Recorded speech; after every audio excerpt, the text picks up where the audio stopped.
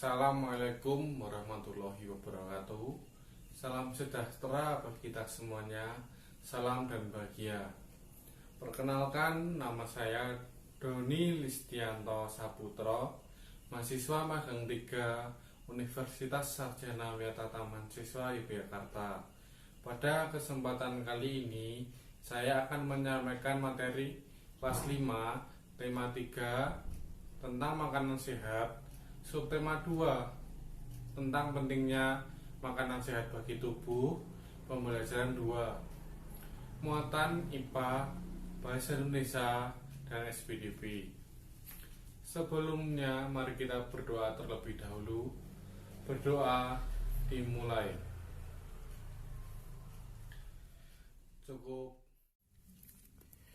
Udin, Siti, dan Lani sedang berbincang-bincang di depan kelas.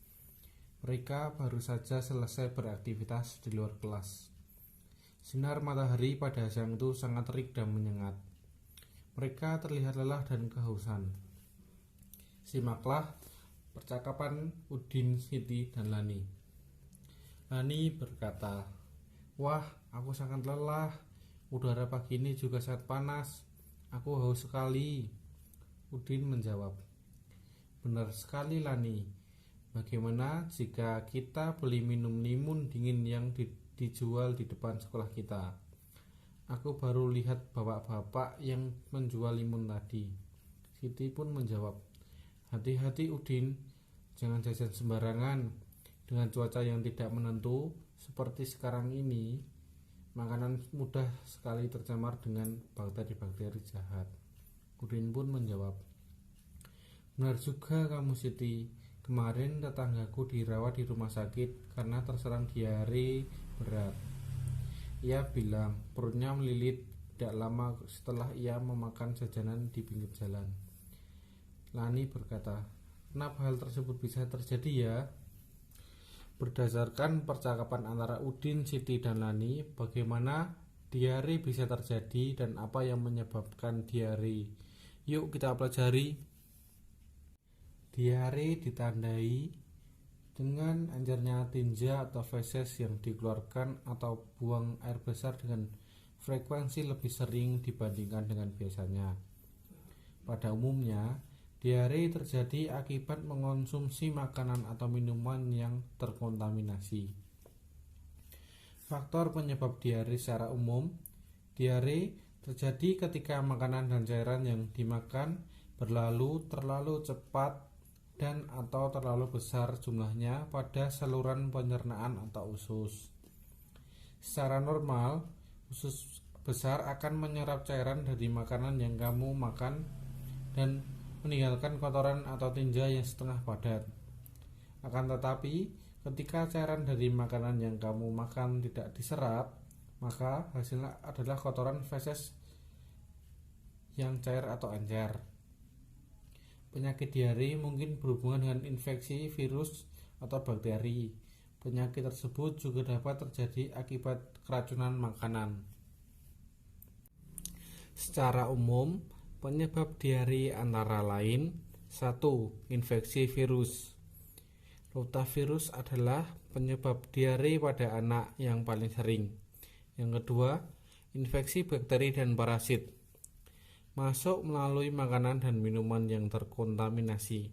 Yang ketiga, intoleransi makanan terjadi pada sebagian orang yang intoleransi terhadap gula pada susu sehingga diare terjadi setelah makan atau minum produk susu.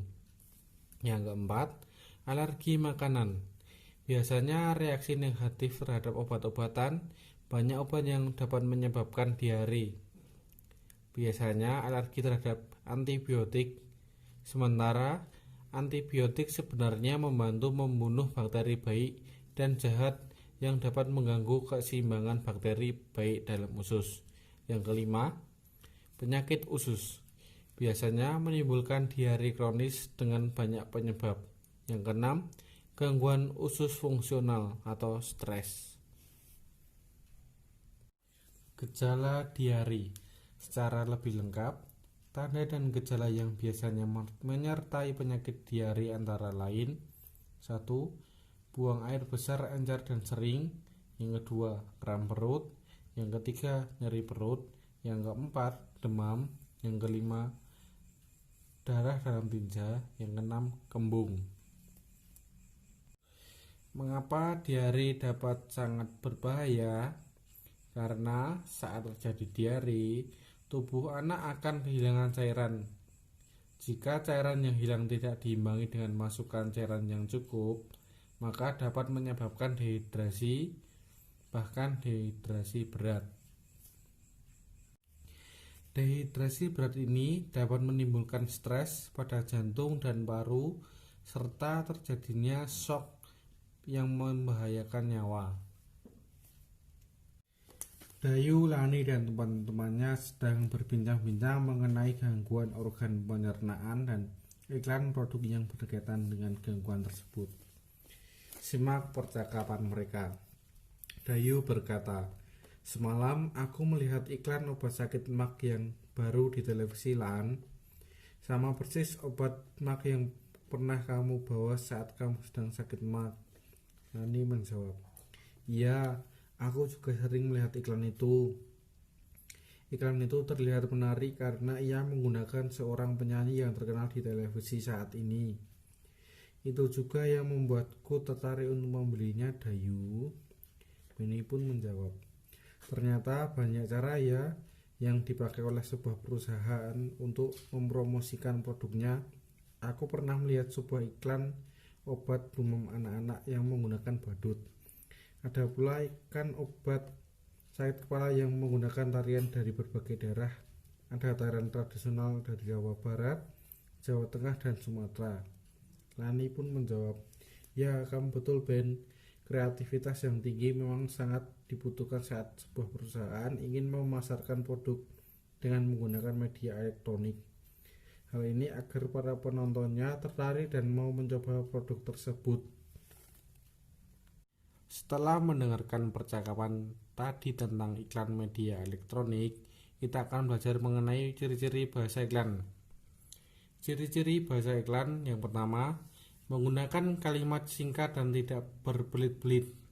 Yang kedua, penggunaan kalimat harus jelas dan tulisan dibuat menonjol baik dari segi warna dan ukuran tulisan.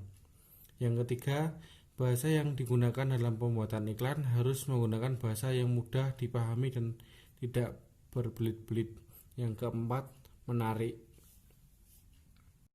Untuk memberi daya tarik pada iklan media elektronik, banyak sekali kreativitas yang digunakan. Salah satunya adalah dengan menampilkan tari-tarian termasuk tarian daerah. Indonesia memiliki keanekaragaman budaya yang tinggi dan ini tercermin dari tarian daerah yang dimilikinya. Gerakan-gerakan setiap tarian daerah bisa jadi sama, tetapi ada pula yang berbeda. Makna yang terkandung berbeda-beda pula. Properti dalam sebuah tarian daerah memegang peranan yang amat penting. Properti tari merupakan bagian dari perlengkapan tari yang dipergunakan untuk meningkatkan estetika atau keindahan sebuah tarian dan untuk memperdalam makna yang terkandung dalam sebuah tarian. Sekian pembelajaran dari saya. Kurang lebihnya saya mohon maaf. Wassalamualaikum warahmatullahi wabarakatuh. Tetap semangat.